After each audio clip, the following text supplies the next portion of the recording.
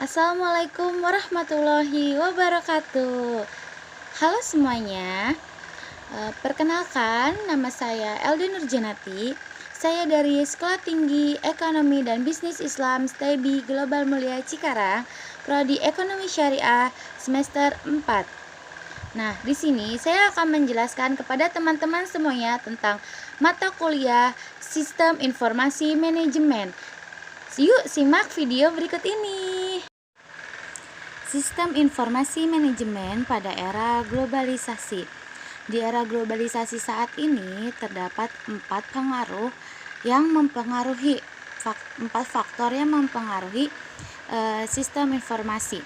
Yang pertama ada pengaruh perkembangan teknologi secara global, dan yang kedua ada percepatan kemajuan teknologi. Yang ketiga ada informasi sebagai sumber daya organisasi, dan yang keempat konvergensi teknologi.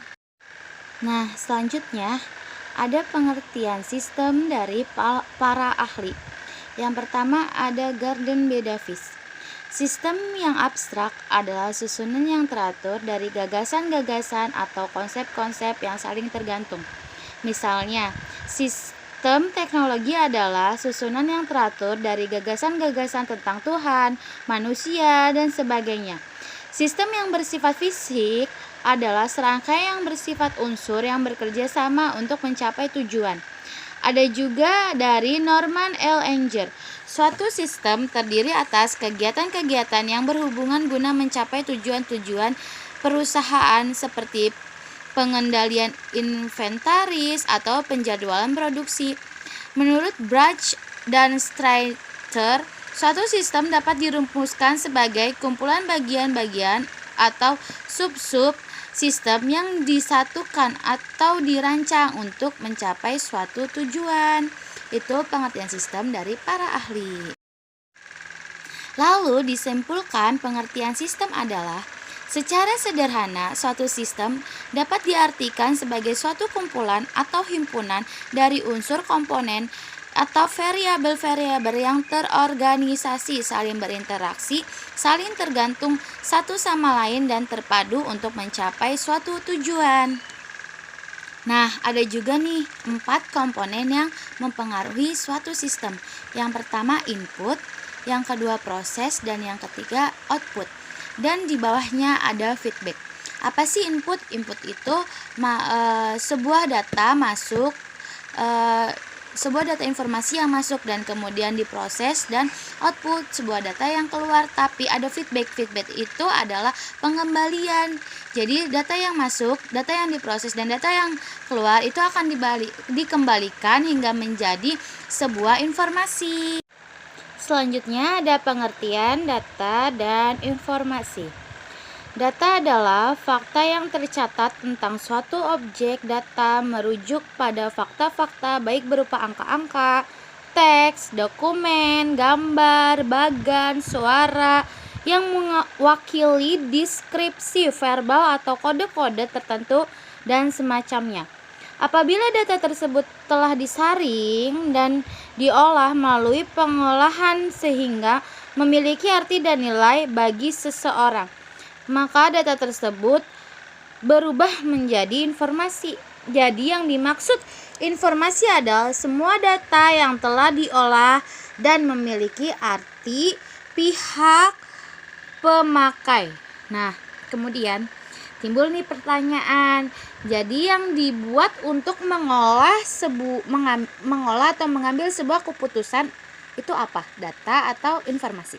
Teman-teman boleh komen di bawah ya. Jadi untuk mengambil sebuah keputusan itu data atau informasi. Kemudian ada jenis-jenis data dan kriteria informasi yang baik. Yang pertama, data teks. Dan yang jenis-jenis data yang pertama maksudnya adalah data teks. Yang kedua, data numeris. Yang ketiga, data gambar. Dan yang keempat, data berupa audio, dan yang kelima data berupa video. Nah, kriteria informasi yang baik yang pertama itu adalah akurat, yang kedua tepat waktu, dan yang ketiga relevan. Selanjutnya, pengertian manajemen. Manajemen merupakan proses atau kegiatan yang dilakukan oleh seorang pimpinan atau manajer di dalam organisasi untuk mencapai tujuan bersama. Kegiatan manajemen meliputi yang pertama planning, yang kedua organizing, yang ketiga staffing, yang keempat directing, yang kelima controlling dan coordinating, dan yang keenam budgeting.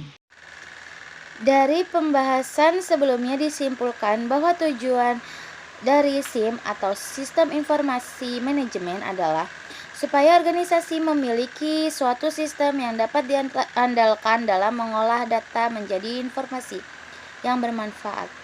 Dalam pembuatan keputusan manajemen baik yang berkaitan dengan keputusan-keputusan rutin maupun keputusan-keputusan strategis.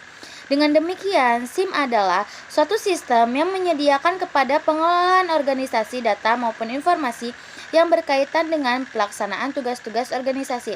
Lebih lengkapnya, SIM adalah jaringan prosedur pengelolaan data yang dikembangkan dalam organisasi dan disatukan apabila dipandang perlu dengan maksud memberikan data kepada manajemen setiap waktu diperlukan, baik data yang bersifat intern maupun yang bersifat ekstern, untuk dasar pengambilan keputusan dalam rangka mencapai tujuan organisasi.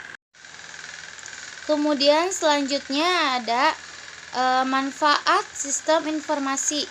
Yang pertama adalah meningkatkan efisiensi dan efektivitas data secara akurat dan real time. Dan yang kedua ada memudahkan pihak manajemen untuk melakukan perencanaan, pengawasan, pengarahan, dan pendelegasian kerja kepada semua departemen yang memiliki hubungan dan koordinasi. Yang ketiga ada meningkatkan kualitas sumber daya manusia kepada unit sistem kerja yang terkoordinasi dan sistematis. Dan yang keempat ada meningkatkan produktivitas dan penghematan biaya dalam mengorganisasi. Jadi itu manfaat dari sistem informasi manajemen. Selanjutnya ada jenis atau kategori sistem informasi. Yang pertama ada Business Intelligence System. Yang kedua adalah Executive Informasi System, dan yang ketiga ada Customer Relationship Management. Sebenarnya ada 10, tapi saya akan menjelaskan 3 jenis kategori saja. Dan yang pertama adalah Business Intelligence System atau BIS. Kategori ini biasanya akan digunakan untuk perusahaan yang membuat sistem keputusan bisnis berdasarkan pengumpulan, integritas, dan analisis data serta informasi yang berhasil dikumpulkan. Sistem ini mempunyai kesamaan dengan EIS, namun hanya manajer dan eksekutif tingkat bawah yang menggunakan BIS. Yang kedua ada Executive Information System atau EIS. Manajemen tingkat senior lebih sering menggunakan EIS untuk membantu dalam membuat keputusan untuk mempengaruhi organisasi. Hal yang perlu dipersiapkan oleh eksekutif adalah data dengan tingkat akurasi yang tinggi dan memiliki kemampuan untuk membaca data secara tepat dan akurat. Yang ketiga ada Customer Relationship Management atau CRM. CRM menyimpan berbagai informasi mengenai pelanggan, meliputi penjualan, informasi kontak, serta penjual, pendapatan yang diperoleh. Departemen pemasaran, layanan pelanggan, bisnis analis, dan tim penjualan akan sering untuk menggunakan sistem CRM ini. Jadi biasanya customer service nih yang sering menggunakan sistem customer ini untuk menginformasikan sebuah produknya dan yang lain-lain.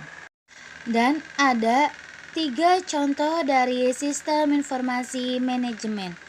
Yang pertama, Enterprise Resource Planning atau ERP. Untuk sistem ini sangat sering digunakan oleh perusahaan besar, tidak menutup kemungkinan perusahaan kecil maupun rintisan juga dapat menggunakan sistem ini. ERP sendiri digunakan untuk manajemen dan mengelola data yang terintegrasi antara unit dalam perusahaan. Yang kedua ada Supply Chain Management atau SCM. Sistem ini sangat bermanfaat bagi pihak manajemen untuk melakukan integrasi data. Contohnya seperti manajemen supply bahan baku dimulai dari pemasok, produsen, pengecer, hingga konsumen. Yang ketiga ada Transition Processing System atau TPS. Sistem yang selanjutnya adalah TPS yang berfungsi untuk melakukan proses data dalam jumlah besar serta transaksi yang besar dan dilakukan secara rutin. Sistem ini sangat cocok untuk bisnis yang bergerak dalam hal keuangan seperti inventaris, bank, dan lain-lain.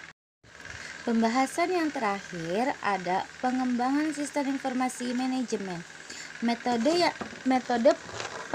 pengembangan sistem informasi manajemen sendiri itu dinamakan software development circle.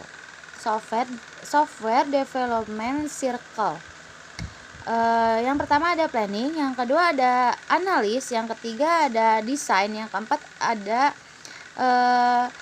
implementation, yang kelima ada starting dan integration, dan yang keenam ada maintenance. Atau ada juga sistem development life cycle, yaitu perencanaan, analis, desain, implementasi, operasi, evaluasi, dan penyempurnaan. Nah, pengertian fase perencanaan ini sendiri itu adalah identifikasi masalah dari berbagai aspek, misalnya aspek ekonomis, teknis, hukum, dan waktu atau lain-lainnya. Dan yang kedua adalah fase analisis. Fase analisis ini adalah menentukan jenis input dan output yang diperlukan gitu. Dan yang ketiga ada fase desain. Fase desain ini adalah perancangan sistem informasi hardware dan softwarenya. Dan yang keempat adalah fase implementasi. Fase implementasi ini adalah instalasi SIM. Sama seperti fase ketiga, yaitu hardware dan softwarenya. Dan yang kelima adalah fase penggunaan. SIM mulai digunakan untuk membantu organisasi dan dilakukan penyempurnaan kecil pada fase penggunaan. Fase maintenance atau evaluasi penyempurnaan, SIM dievaluasi secara bertahap apabila sudah tidak sesuai dan dengan kondisi terkini, maka dilakukan tahap penyempurnaan yang bersifat lebih besar lagi. Itu tadi pengembangan sistem informasi manajemen. Nah, itu tadi penjelasan saya tentang sistem informasi manajemen. Semoga dengan penjelasan saya teman-teman dapat menambah ilmu untuk teman-teman, menambah wawasan untuk teman-teman. Dan materi yang saya dapatkan tadi adalah dari dosen pengampus saya di mata kuliah Sistem Informasi Manajemen, yaitu Bapak Anggi Setia Prayoga Eskom MN. Kurang dan lebihnya saya mohon maaf. Saya akhiri, billahi taufik wal hidayah. Wassalamualaikum warahmatullahi wabarakatuh. Jangan lupa share, komen, like, and subscribe, serta nyalakan loncengnya supaya kalian dapat notifikasi aku di video aku selanjutnya. Dah.